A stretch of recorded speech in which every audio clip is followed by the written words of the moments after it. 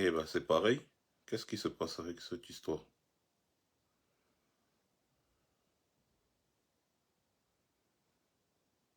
C'est pareil. Enfin.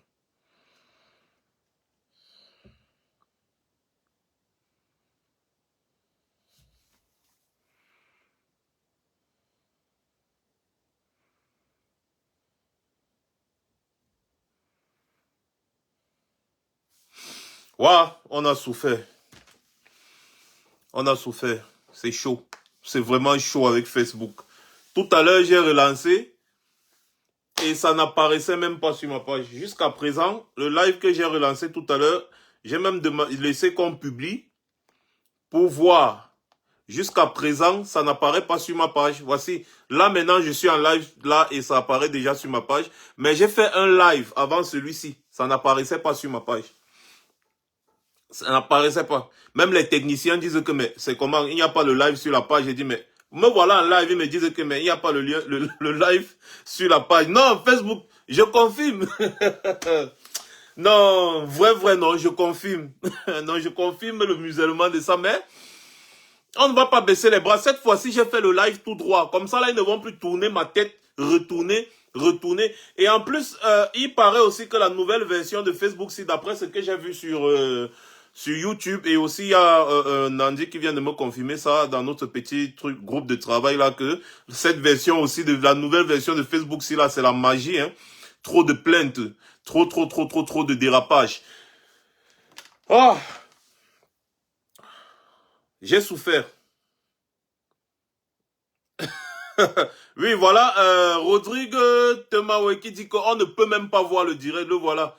Ton lien est bloqué, voilà ça. Voilà les gens qui sont en train de dire qu'ils n'arrivent pas. Il y a Fille d'Afrique Nounou, il y a Fille d'Afrique Nounou qui disait que tu es en live max, mais ta page est hyper difficile à trouver. C'est-à-dire tu peux taper la page sur la barre de recherche, tu ne trouves pas. Et puis elle me dit aussi Facebook ne permet même pas de partager, voilà. Si on ne lutte pas contre ces restrictions-là, si on ne lutte pas contre ces restrictions, on ne va pas s'en sortir. Attendez, je bloque vite un peu d'abord les petits vauriens qui viennent déjà se pavaner là, bloquer pape. Donc, quand Paul Biya envoie d'abord les enfants gérer le numérique ou quoi, donnez-moi 2 secondes. Oh, nous-mêmes, on ne gère même pas déjà nos bases de données. Ce sont les Américains qui ont Facebook. Donc, quand Paul Biya envoie les enfants déjà de gérer les affaires numériques sur Internet et consorts, je me demande bien si Facebook bloque tous les profils de tous ces Camerounais qui se disent influencés et consorts là. Ils vont vivre comment? Moi, je vis bien, je ne vis pas de Facebook. Or, beaucoup de Camerounais actuellement qui sont sur les réseaux sociaux là essayent de gratter un petit peu leur gagne-pain avec ces Facebook-ci. Donc, imaginez que Facebook bloque dans leur page. Ils vont vivre comment? C'est là-bas que Paul Biya est en train de les envoyer. Paul Biya les envoie sur les réseaux sociaux. Pendant ce temps, lui, il reste à étudier depuis 40 ans. Donc, on va donc commencer le direct. Bonsoir encore à tout le monde. On a eu trop de problèmes en direct aujourd'hui. Il y a trop de problèmes. Mais apparemment, il y a un problème de profil aussi. Parce que le profil avec lequel j'ai utilisé pour lancer le live aussi là, apparemment a un souci de restriction. Moi, je ne savais même pas aussi. Donc, bref, bonsoir à tout le monde. Continuez de partager. Faites un maximum de partage. Vous êtes connectés. Si chacun d'entre vous réussit à faire 10 partages, c'est super. C'est bon. Et ne partagez pas seulement sur Facebook. Allez partager sur Messenger avec vos amis. Vous partagez sur Messenger et vous partagez sur WhatsApp. C'est très important. Voilà. Alors, bonsoir encore à tout le monde. Il y a beaucoup de personnes, comme je disais tout à l'heure, quand je fais des posts pour démontrer les supercheries du régime d'IA, ces personnes viennent toujours écrire les mêmes commentaires depuis déjà 2-3 ans. Ils écrivent le même commentaire. Si tu es là-bas, tu vas faire mieux. Viens déposer ta candidature. Viens ici au Cameroun. Viens déposer ta candidature aussi pour être président. On voit, non? En fait, eux, ils parlent comme ça là, une façon de se moquer. Mais ils n'imaginent pas que oui, c'est possible et c'est probable que moi, Max Seigneur Ivoire, de mon nom des réseaux sociaux, je dépose la candidature pour être président de la République du Cameroun. Oui, je peux le faire et je vais le faire. Oui, vous avez le scoop aujourd'hui. Je peux le faire et je vais le faire. Histoire non seulement de montrer à quel niveau je suis engagé pour mon pays, mais aussi de montrer à ces jeunes-là qu'ils ne doivent pas limiter leurs ambitions. Parce qu'un pays où les jeunes ne rêvent plus, ce pays est voué à l'échec. Dans tous les discours que Paul Biya fait chaque année, il ne demande jamais aux jeunes d'être ambitieux. D'être ambitieux, de penser à pouvoir gérer les affaires de leur pays demain. Non, Paul Biya les envoie à chaque fois sur les réseaux sociaux. Paul Biya les envoie à chaque fois aller faire l'agriculture. Paul Biya les envoie à chaque fois à gauche, à droite, sans toutefois mettre des systèmes en place pour faciliter l'accès à tous ces domaines-là. Pour ces jeunes-là, rêver, être ambitieux, c'est quelque chose qui relève de la divinité. Ils ont réussi à mettre dans la tête des jeunes Camerounais que être président de la République au Cameroun, c'est une affaire de Dieu. C'est-à-dire Macron est président en France parce que c'est Dieu qui a voulu. Mais quelle supercherie. Il n'y a aucune affaire de Dieu là-bas dedans. Il n'y a aucune affaire de Dieu. Soyons ambitieux.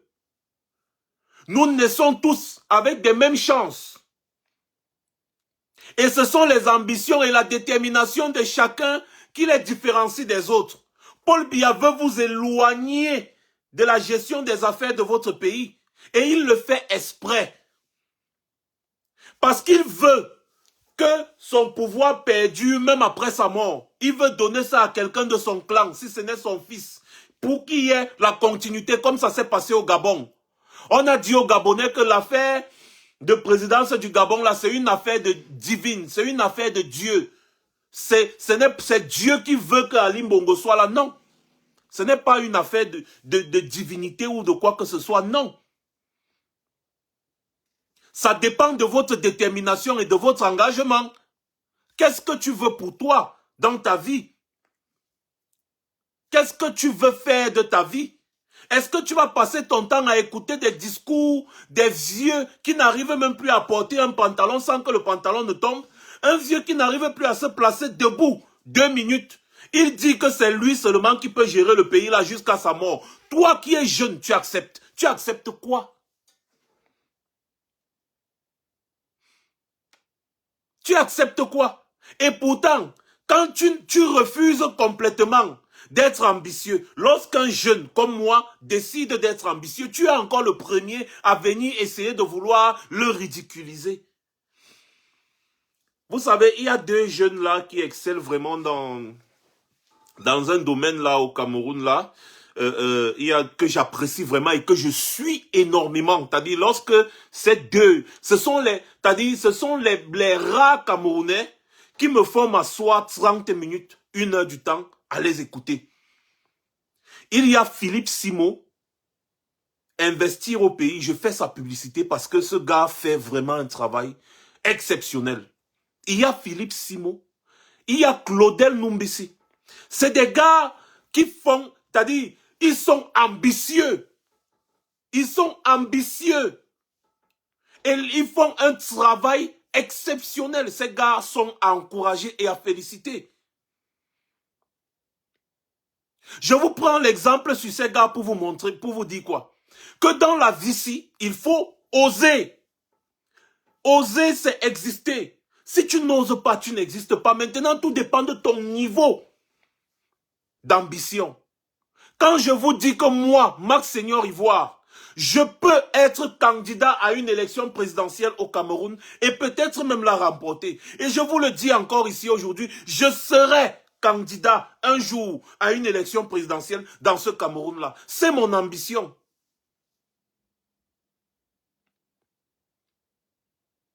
Et c'est grâce à vous que j'ai même cette ambition. Parce qu'il est question pour moi de vous démontrer à quel niveau on peut arriver quand on est ambitieux. Lorsqu'on veut, on peut. Mais Paul Biya a complètement retiré ça de votre tête. Non, Lori Dioto, Claudel Numbisi, ses activités, ce sont ses activités. Je parle de sa façon de penser, d'expliquer les choses. Il y a beaucoup de choses même aussi là que ce gars m'a fait découvrir dans ses explications et autres. Il fait son business, ce n'est que normal, il fait son business aussi au-delà de ça. Mais quand vous écoutez ces vidéos, ces explications sur certains domaines, objectivement, mais vous voyez que c'est un gars qui est très ambitieux et je l'encourage. Philippe Simo, pareil. Ces deux gars sont bons dans leur domaine. Effectivement, un motivateur. Tu as trouvé le truc. Maintenant, leur business à côté, c'est normal, ils cherchent l'argent. Mais moi, je parle des motivations qui ressortent des sorties de ces deux jeunes. Des jeunes, hein. Ils sont très jeunes. Et ils sont très rares.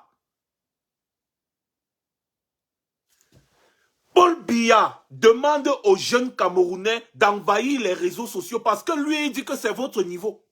Les réseaux sociaux, c'est votre niveau. Vous ne devez pas être ambitieux. Pendant ce temps, Paul Biya met ses enfants à l'ENAM. Il vous demande à vous d'envahir les réseaux sociaux. Mais pourquoi est-ce qu'il n'a pas demandé à Brenda Biya d'aller aussi être quelqu'un sur les réseaux sociaux? Et je vais vous dire quelque chose. Un homme qui a fauté sur l'éducation de ses propres enfants à la maison n'a pas la légitimité pour s'adresser à la jeunesse d'une nation. Qu'est-ce que Paul Biya peut vous dire à vous les jeunes? Quels sont les conseils que Paul Biya peut vous donner? Des bons conseils que Paul Biya peut vous donner qu'il n'a pas su donner à ses enfants. Personne sur cette terre n'aime les autres plus que ses propres enfants. Même jusqu'aux animaux. Personne sur cette terre n'aime les autres plus que ses propres enfants.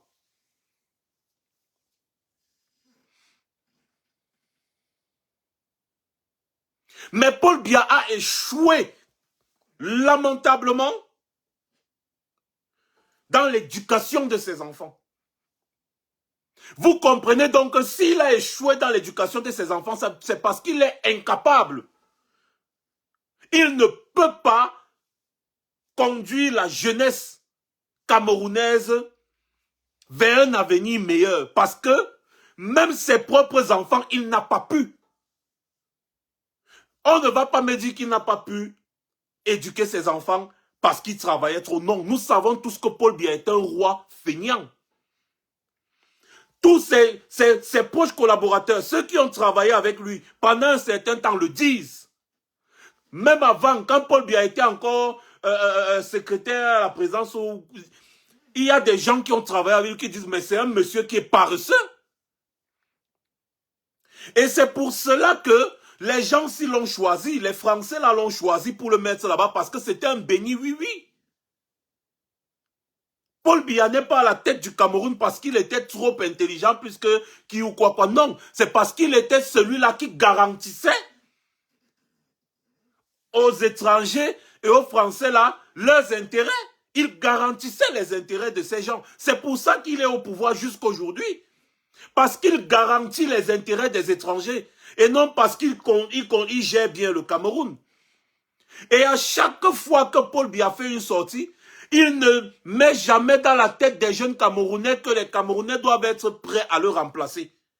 Il met toujours dans la tête des Camerounais que l'affaire de la présidence de la République, c'est une affaire divine. Quelle est cette volonté de Dieu qui veut qu'un monsieur soit incapable d'éduquer ses propres enfants au point où sa fille est la risée de toute la planète. La drogue, les ceci, c'est-à-dire sa première fille et sa seule fille, si je ne me trompe pas, est la risée de toute la planète. Elle est la risée de toute la planète à cause de ses comportements indécents. Quel est ce parent qui ose s'adresser à une jeunesse en voulant donner des leçons à cette jeunesse sur comment est-ce que la jeunesse va s'en sortir en allant sur les réseaux sociaux, en allant à gauche, en faisant à droite, en pondant des chiffres imaginaires, sans preuve aucune. Non. Paul Biya, c'est l'incarnation de l'échec. Voilà pourquoi je dis à ceux-là qui pensent qu'il est impossible pour moi ou pour quiconque ou pour, quel que soit le Camerounais en réalité, de briguer un mandat présidentiel. Je vous dis non. On a mis dans la tête des Africains qu'il faut être allé à l'école occidentale pour avoir la capacité de diriger un pays. Je vous dis encore non et je vous mets au défi de me prouver le contraire. Parce que je peux vous prendre des exemples des grands diplômés, mais qui ont failli dans la gestion de la nation. Je vous parle l'exemple de Paul Biya, les Jacques Famin-Dongo. Tous ces gros diplômés. Jacques Famin-Dongo fait partie des plus grands diplômés d'Afrique.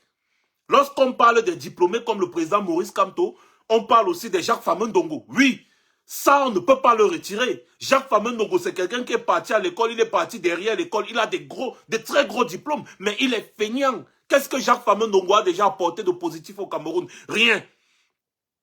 Quand vous avez un roi feignant comme Paul Biya, qui prend un menuisier, il le met à la cuisine. Il prend le cuisinier, il le met à la maçonnerie. Il prend le maçon, il le met à la pisciculture. Il fait les rotations bizarres et étranges. Il nomme les gens là où il ne faut pas. Il prend un docteur, il le met au ministère des Sports. Il prend un sportif, il le met au ministère de l'enseignement supérieur. C'est-à-dire, il fait des conneries.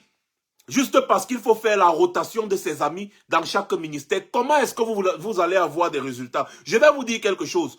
Il ne suffit pas d'aller à l'école occidentale pour pouvoir gérer un pays. C'est faux. Il faut qu'on enlève ça dans la tête des Africains, dans la tête des Camerounais. Non. Un président est un manager. Il faut être capable de manager les hommes pour être président de la République. Et je vous le dis, moi, je suis capable de manager les hommes. Lorsque tu es élu président dans un pays et que tu as des ambitions positives pour ce pays, qu'est-ce que tu fais? Tu vas recruter autour de toi des personnes capables. Ce sont ces personnes-là qui font le boulot. Hein. Toi, le président, tu es comme le manager d'une équipe dans une grande entreprise. Tu manages l'équipe, ce n'est pas toi qui travailles. Il y a les comptables, il y a beaucoup de professionnels dans des entreprises. Toi, tu es le manager de cette entreprise. Tu fais des réunions chaque semaine. Tu essaies de manager. Et chacun excelle dans son domaine. Il y a les informaticiens. Il y a beaucoup de professionnels dans plusieurs domaines. C'est comme ça qu'un vrai président s'entoure. Il faut parler de l'économie du pays. Tu vas recruter l'un des meilleurs économistes de ton pays. Tu le mets là, au ministère de l'économie, de la planification, du ministère des finances et autres. Parce que tu sais que c'est son domaine, c'est un économiste. Ce n'est pas que tu vas aller prendre un docteur chirurgien, tu vas le mettre au ministère de l'économie. Qu'est-ce qu'il va produire? Rien. Et ce n'est pas toi, le président, qui va en même temps être ministre de l'économie, ministre de l'administration du territoire, ministre de ceci. Non, tu vas t'entourer de personnes capables. Voilà pourquoi le rôle principal d'un président, c'est d'être un bon manager. C'est tout. Celui qui vous dit le contraire vous ment. Tu as la capacité d'être un bon manager. Il y a des gens qui sont là et qui vont travailler. Tu mets autour de toi des personnes capables d'apporter quelque chose. Tu mets les gens qu'il faut là où il faut, au poste qu'il faut. Et surtout la clé de la réussite dans le mandat présidentiel de quelqu'un qui veut vraiment l'avancée de sa nation, c'est d'écouter l'opposition. Effectivement, Jean Nana, tu prends un philosophe, tu le mets au ministère de la Santé. Le pays va évoluer comment? Non. La clé, c'est d'écouter l'opposition, de laisser l'opposition s'exprimer, parce qu'un homme intelligent, c'est celui qui écoute les avis divergents. Ce n'est pas celui qui écoute seulement ses collaborateurs, parce que tes collaborateurs, pour te plaire et pour rester à leur poste, vont souvent te mentir. Ils ne vont jamais te dire toute la vérité. D'autres ne vont même jamais te dire la vérité. Ils vont toujours te dire, oui, monsieur le président, tout se passe bien au pays, le pays se porte bien, et tu vis maintenant dans un autre monde, parce que toi aussi, comme Paul Biya, je vous prends l'exemple de Paul Biya, il est complètement coupé du monde réel. Si quelqu'un me dit, pour ceux qui ont été jeunes comme nous là, nous on a joué à la PlayStation, le GTA, le Grand Theft Auto, c'est un genre de jeu sur la PlayStation où tu incarnes un personnage, et puis tu vas dans la ville. soit tu choisis d'être un bon gangster, soit tu choisis d'être un homme d'affaires, mais ce qui est sûr, c'est que, quel que soit le choix que tu fais, tu vas prospérer, parce que tu vas gagner beaucoup d'argent, dont le monde autour de toi sera seulement luxueux. Il y a de ces qualités de voitures que tu peux t'offrir, tu peux t'acheter tout genre de vêtements, c'est-à-dire, ton monde est beau. Tu rends ton monde beau. En fait, si on me dit que Paul Biya ne joue pas au GTA, je vais dire que non, vous mentez. Parce que Paul Biya vit dans ce genre de monde virtuel. Vous allez voir quelqu'un, peut-être qui joue au Grand Theft, au GTA, c'est Grand Theft Auto, GTA. Je vous parle parce que nous tous, nous sommes jeunes. Il est pauvre, il n'arrive pas à bien manger. Il n'a même pas un salaire conséquent. Mais dans le GTA, le gars est multimillionnaire. Il est multimilliardaire dans le GTA. Il conduit tout genre de voiture qu'il veut dans le GTA. Il a une grande maison. La ville est propre. Les routes sont bien dans le GTA. Tout. Il gère son gang. Ou bien il gère c'est-à-dire il est le chef parce que tu es le chef de gang. C'est-à-dire tu es le chef. Il gère bien son business dans le GTA. Tout est parfait. Et pourtant, dans sa réalité, le gars est dans une vieille maison carabo, tout, devant sa télé en train de jouer. En fait, c'est ça Paul Biya. Paul Biya est dans son monde. Paul Biya ne connaît pas ce qui se passe réellement au Cameroun. Pourtant, il est censé être l'homme le plus informé du Cameroun. Paul Biya ne connaît pas ce qui se passe au Cameroun. À Etoudi, à côté de lui là-bas, à côté du palais d'Etoudi, il y a la misère, il y a la souffrance. Mais Paul Biya, lui, il s'en fout. Il ne connaît pas, il passe ses journées à jouer au Songo, il boit le vin blanc, il mange le Pemsansel. Après, sûrement, dans sa jeunesse, il a joué à GTA. Il vit dans un monde complètement différent, parallèle. C'est pour ça, à chaque fois, il vient toujours vous dire des histoires à dormir debout. Il lit seulement, lui-même, il ne comprend pas ce qu'il entend, mais il lit seulement. Et puis, il passe se coucher, il a joué son rôle. Non! C'est ça le problème. Un vrai président ne doit pas être abonné à la chaîne nationale. Un vrai président va s'abonner à la chaîne des opposants. Il va écouter. Tu vas voir l'opposant, va lui dire que mais il y a telle route là comme ça qui est cassée. C'est là-bas que son esprit ira. Il va dire mais pourquoi est-ce que la route là est cassée?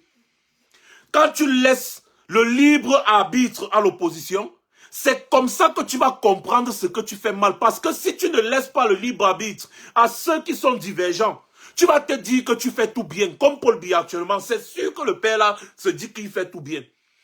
Parce qu'il refuse d'écouter même l'opposition. Tu vas te dire que non, en réalité, tout est bien, tout est parfait, parce que tu n'écoutes pas les avis divergents. C'est ça le problème.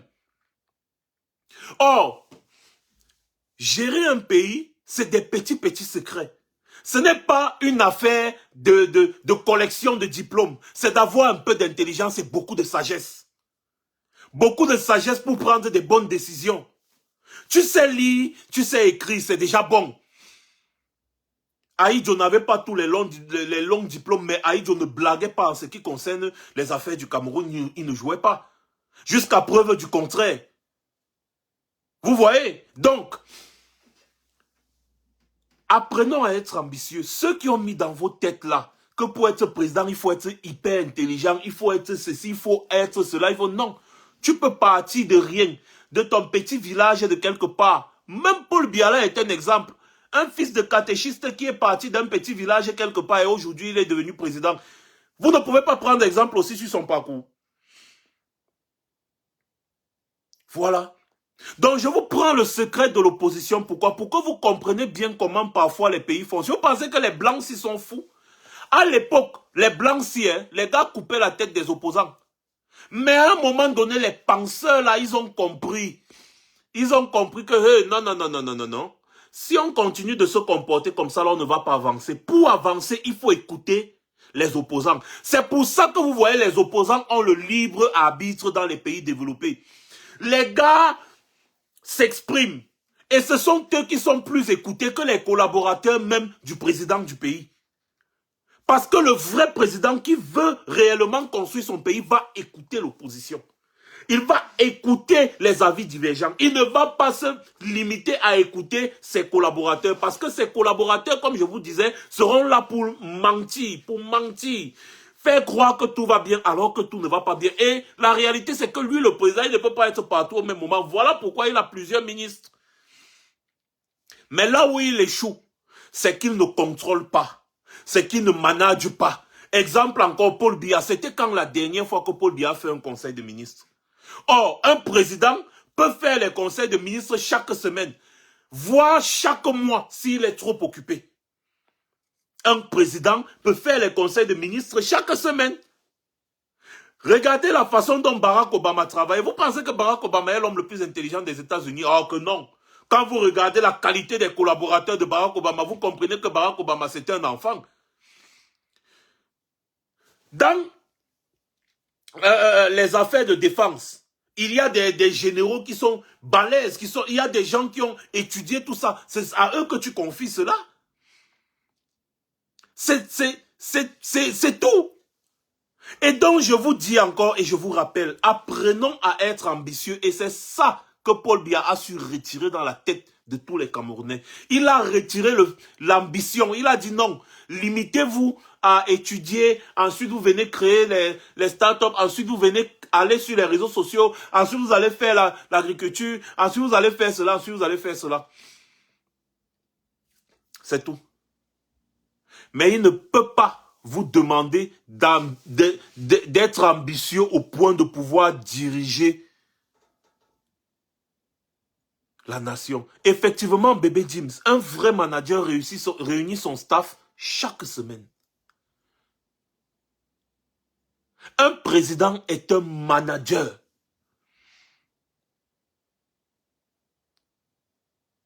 C'est tout. Donc je vous le dis encore et je vous le confirme aujourd'hui. Moi, Max Seigneur Ivoire, de mon vrai nom, Brice Chassem Kayou, je peux être candidat à une élection présidentielle au Cameroun. C'est mon droit en tant que Camerounais. Et je serai candidat à une élection présidentielle au Cameroun. En tant que Camerounais, personne ne peut me retirer ce droit.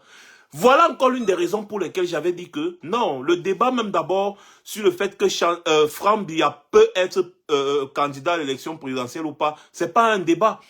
Tout ce que nous on dénonce, c'est le gré à gré. Sinon, Franck Biya a bel et bien le droit d'être candidat à une élection présidentielle parce qu'il est Camerounais à 100%. Personne ne peut lui retirer ce droit.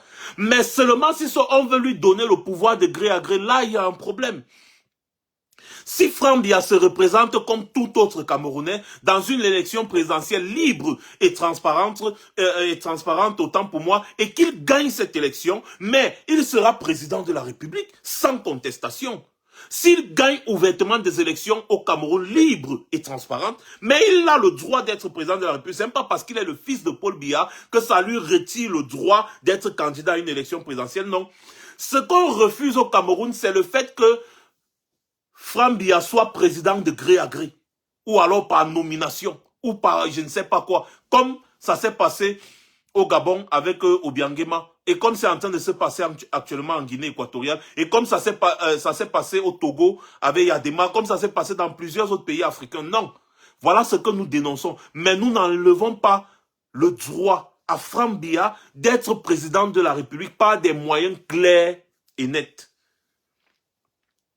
Toi qui me regardes là aussi, en tant que Camerounais, tu peux briguer un mandat présidentiel. Il faut apprendre à rêver. Il faut apprendre à oser. Ne vous posez pas des limites dans la vie.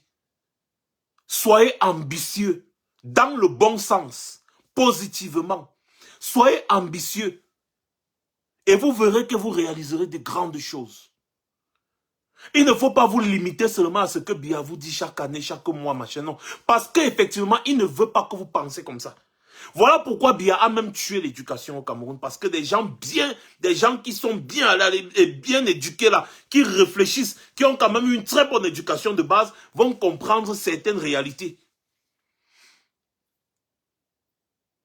Voilà. Donc c'est ce que je voulais dire aujourd'hui. Et on a eu tous les problèmes qu'on a eu avec Facebook là et consorts. Mais seulement, ça va aller. Facebook peut nous museler comme il veut, mais ces choses-là, on va gérer. Voilà.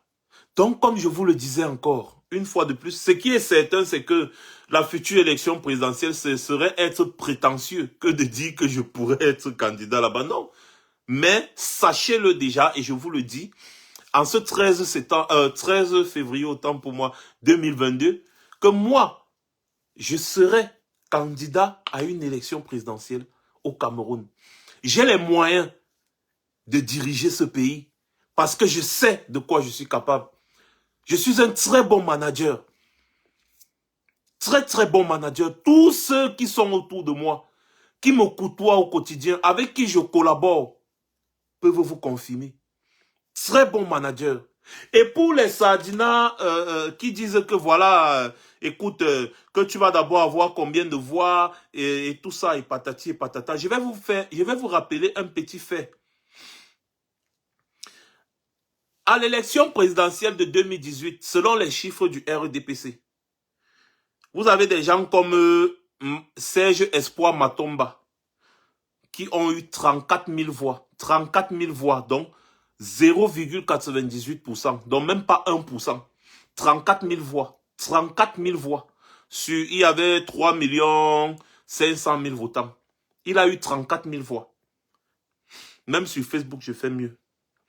Et même sur Facebook même, concernant Serge Espoir Matomba et moi, je suis bien plus populaire et plus influent que Serge Espoir Matomba.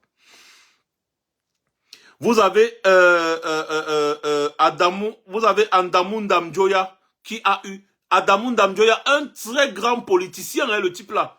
Il est dans la politique depuis, mais il a eu 59 884 voix. Andamou Ndamjoya, que vous tous vous connaissez, je crois c'est frère Andamou Ndamjoya. 59 000 voix. Je sais que seulement la communauté Max Senior officielle, si je dépose ma candidature à une élection présidentielle, je suis sûr de dépasser les 200 000, 300 000 voix. Je suis très sûr. Ce n'est même pas à douter, je suis sûr et certain. Donc quand vous voyez des gens qui sont opposants depuis longtemps, qui ont eu seulement 59 000 voix, 59 000 voix, vous comprenez. Vous avez maintenant l'autre, le nouveau rigolo là. Ndifo Franklin. Ndifo Franklin avait eu 23 000 voix. 23 000 voix à l'élection présidentielle. 23 000 voix. Ndifo Franklin, il avait eu 23 000 voix. Et vous me dites que moi, Max Senior, Ivoire, de mon nom des réseaux sociaux, mon vrai nom, Brice Tchassem Kayo, je ne peux pas être candidat à l'élection présidentielle. Mais vous vous foutez de qui? Vous allez voir les gens comme Jean Djega. Jean Djega, c'est-à-dire les candidats les plus rigolos à l'élection présidentielle au Cameroun. Et vous avez accepté ça. Jean Djega, où il avait eu, c'était 500 voix, ou c'était 400 voix, je ne sais pas. Hein? Vous voyez un peu? Vous voyez, voilà un autre rigolo qui vient dire, Ivan Petit dit que tu vas passer par où pour venir déposer ta candidature. Comme si je vais d'abord lui demander... Comme si je vais lui demander avant d'aller déposer ma candidature le jour que je voudrais déposer ma candidature. Vous voyez, en fait, c'est des personnes qui refusent de rêver, des personnes qui sont limitées et qui veulent absolument que toi aussi tu sois limité comme eux pour pouvoir s'identifier à toi. C'est-à-dire, vous allez voir un vaurien qui n'arrive même pas à manger, mais il vient me parler parce que nous sommes sur les réseaux sociaux et il me demande par où est-ce que je vais passer pour déposer ma candidature. Vous voyez un peu, non? Mais quand les gens comme Ndifo Franklin sont allés déposer leur candidature, on ne l'a pas vu aller les empêcher de déposer la candidature. Vous voyez un peu le genre. En fait, il y a certaines personnes, Paul Biya a tellement lavé leur cerveau que les gars sont dans la misère et ils refusent d'accepter le fait que ce n'est pas tout le monde qui misère comme eux. Il ne me connaît pas, il me voit seulement sur ma page Facebook quand je fais les directs, quand je fais les posts, il me voit seulement là. Mais il ne connaît rien en ce qui concerne ma vie, comment je vis et tout, il ne connaît pas. Mais il se permet quand même de venir me faire une attaque frontale. Vous voyez pourquoi? Eh bien, vous voyez comme peut-être Virginie Manon encore par exemple. Vous voyez un peu, c'est ce genre de personnes, cette catégorie de personnes. Vous voyez un peu? Ils vont venir là se mettre à attaquer. Pourquoi? Eh bien parce qu'ils sont fâchés du fait que toi, tes ambitions ne sont pas limitées comme eux. Eux, ils ont limité leurs ambitions à manger le manioc avec la sauce d'arachide chaque jour et aller dormir. Voilà leurs ambitions. Et ils ne veulent pas voir quelqu'un qui rêve grand. Je vous envoie aller voir une vidéo de Philippe Simo. Encore, je parle parce que les gars là, ils font un travail très fort de conscientisation. Où il disait Pourquoi est-ce que les gens ne sont jamais contents du succès des autres? J'ai aimé cette vidéo-là jusqu'à parce que il a détaillé. Il posait la question, mais pourquoi est-ce que les gens ne sont pas contents du succès des autres? Si toi, tu te limites dans ta vie, sois capable d'accepter que d'autres ne veulent pas se limiter. Il se comporte un peu comme si je descends déposer ma candidature, les gars vont me chercher pour m'arrêter. Ils vont me chercher même pour me tuer. Que non, comme moi je suis incapable de le faire, il ne faut pas que Max là le fasse. Comme si Max et lui, ils ont planté les patates ensemble ou bien je ne sais pas. Non. Toi aussi, Virginie Manon, tu peux être candidate à une élection présidentielle au Cameroun. Arrête de te limiter à manger le manioc et la sauce d'arachide. Rêve. Rêve plus grand. Rêve plus que les commentaires sur les réseaux sociaux. J'ai fait un peu ta petite publicité aujourd'hui parce que je sais que tu as une tête percée. Mais on va utiliser le chewing-gum pour renflouer, pour coller l'endroit où c'est percé là, afin que tu puisses mieux réfléchir. Donc, ça ce sont les chiffres du RDPC que je vous donnais. Maintenant, je vous parle de Gaga Aman Hadi. Gaga Aman Hadi, selon les chiffres du RDPC, a eu 55 971 voix. Vous tous, vous savez très bien que Gaga Aman Hadi est l'un des plus vieux opposants de Paul Biya. Mais Gaga Aman Hadi, à l'élection présidentielle de 2018, Gaga Aman Hadi que vous voyez là, il a déjà fait des élections et des élections présidentielles. Hein. Gaga Aman Hadi a eu 55 971 voix.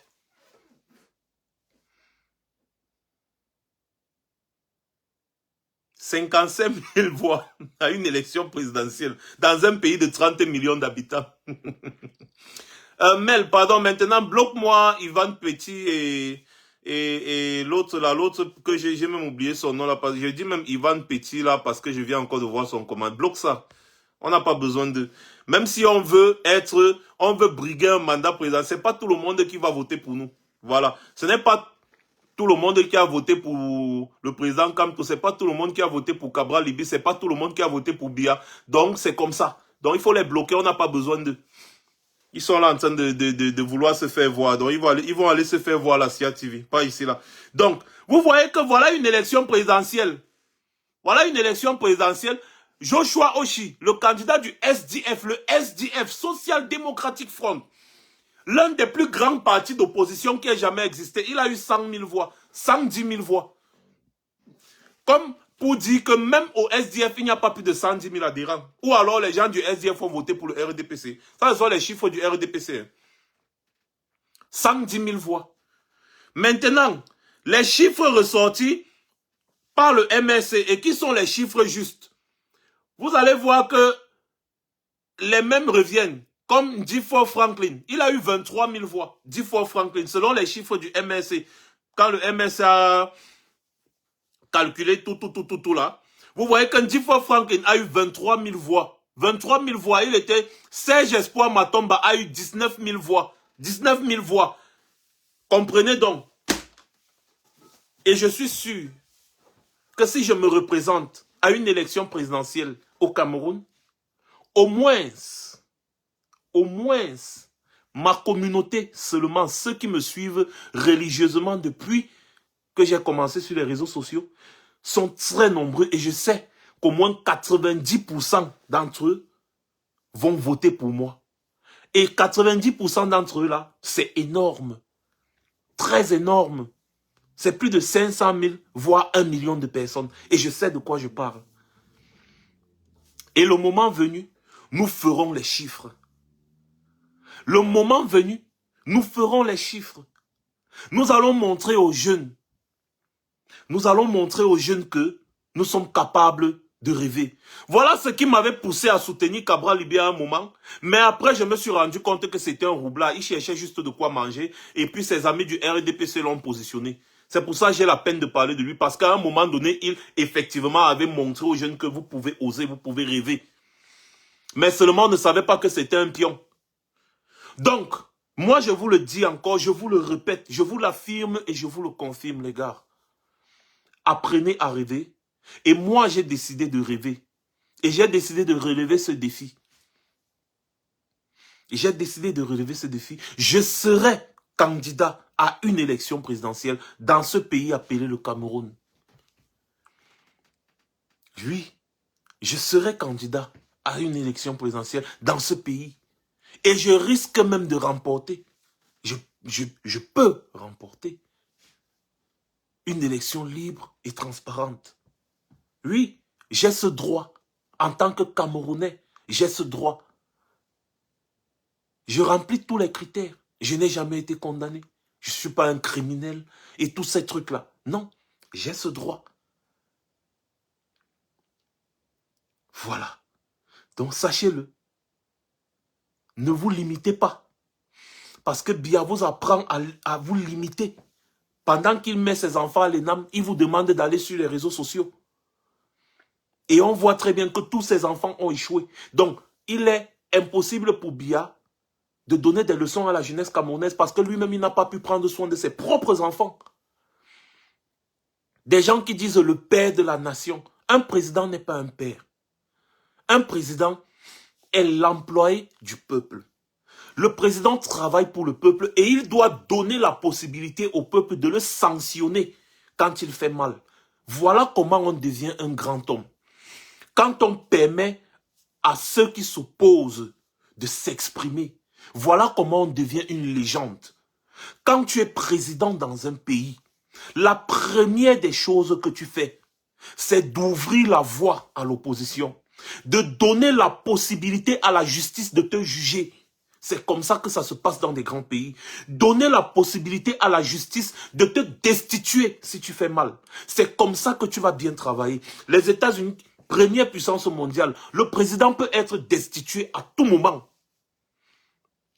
Il y a les lois pour ça. Le président peut être destitué à tout moment. Voilà pourquoi le président américain a la pression et il travaille. Quel que soit le président, il va travailler. Sinon, il sera destitué. Et pas seulement pour une raison, pour deux raisons, pour trois raisons, non. Le président peut être destitué. C'est comme ça qu'on devient un grand homme. Quand tu donnes la possibilité à l'opposition d'agir quand il y a un problème, ça te permet d'identifier le problème et de rectifier le tir. On ne te dit pas non, fais embrasser avec l'opposition, embrasser, c'est que ce n'est plus l'opposition. Tu dois demander aux opposants de jouer leur rôle parce que l'opposant, c'est celui qui s'oppose. Ce n'est pas celui qui va venir vanter les louanges du régime, non. Le travail de l'opposant, c'est quoi? Il identifie les problèmes. Il identifie les manquements et c'est sur ça qu'il fait, il s'accroche, il tape. Et maintenant, toi, en tant qu'homme intelligent et sage, tu t'assois comme ça là, tu regardes un peu l'opposition, tu regardes, tu dis qu'il a identifié tel problème. Tu cours vite, tu vas résoudre ce problème. Après, tu dis, voilà, il y avait tel problème, vous vous êtes plaint, j'ai compris, le problème est en train d'être résolu, ou alors le problème est résolu. Tu vas voir, même l'opposant va venir, va dire, oui, le problème a été résolu, mais il y a un autre problème. Tu vas maintenant aussi observer le problème là, ensuite tu vas tout faire pour résoudre ce problème. Mais la clé, c'est de donner la possibilité à l'opposition de s'exprimer. Et quand l'opposition s'exprime, tu leur donnes même la possibilité de te destituer. Parce que lorsque tu es assis sur le siège présidentiel et que tu prends les airs de grandeur, tu ne peux pas voir ce qui ne se passe pas bien dans ton pays. Donc quand tu donnes la possibilité aux gens de te destituer, toi-même ça te donne l'envie de travailler pour ne pas être destitué. Et à un moment donné, quand l'opposition se plaint trop, tu rectifies le tir, tu ne te représentes même pas à la prochaine élection présidentielle. Tu donnes la possibilité à l'opposition de prendre les commandes et de te montrer comment on fait. Ensuite, l'élection qui vient, tu te représentes encore pour essayer de faire mieux parce que la présidence en réalité doit être une continuité de concurrence entre les candidats. Quand il y a plusieurs présidents dans un pays, le pays se développe vite parce que chaque président va venir avec des nouvelles idées et avec l'intention de vouloir faire mieux que son prédécesseur. Et c'est ça qui fait en sorte que chacun vient, il apporte une pierre à l'édifice. L'autre vient, il apporte une pierre. L'autre vient, il apporte. Pourquoi? Parce qu'il veut montrer qu'il travaille mieux que celui qui l'a remplacé. Et quand vous êtes dans cette concurrence permanente, le pays avance, vous ne vous rendez même pas compte. Aucun président ne peut tout construire dans un pays.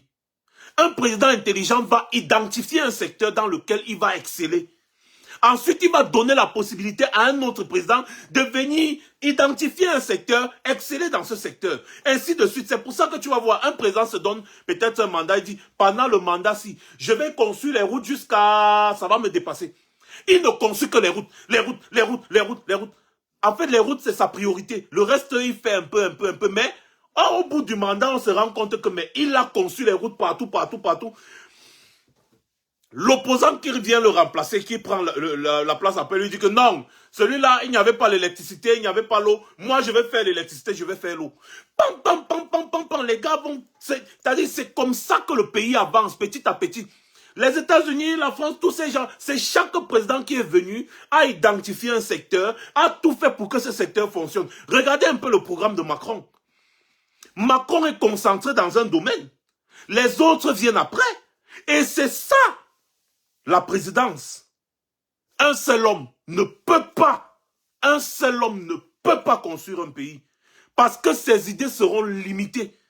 Voilà pourquoi les pays où les gens, comme Paul Biya, dans ce milieu, les feignants, mais wesh. Bref, les gars, je vous souhaite une bonne soirée. On a eu beaucoup de problèmes, mais on a essayé de se rattraper. Même comme ce n'est pas toujours ça. Je vous invite à partager massivement ce live. Partagez massivement. Et pour ceux qui ne reçoivent pas les notifications, je vous le rappelle encore. Désabonnez-vous de la page, réabonnez-vous. Ça va activer automatiquement vos notifications. Ou alors, si vous voyez la cloche de notification, cliquez dessus pour vous abonner. La jeunesse africaine doit rêver. La jeunesse africaine doit savoir qu'elle est capable de faire mieux que ceux qui sont à la tête de nos États. La jeunesse africaine ne doit pas limiter ses ambitions. Il ne faut pas seulement avoir une panoplie de diplômes pour bien diriger un pays. Sinon, c'est que l'Afrique serait vraiment très loin. Passez une bonne soirée encore une fois de plus. C'était Max Seigneur Ivoire. Je reviendrai très prochainement.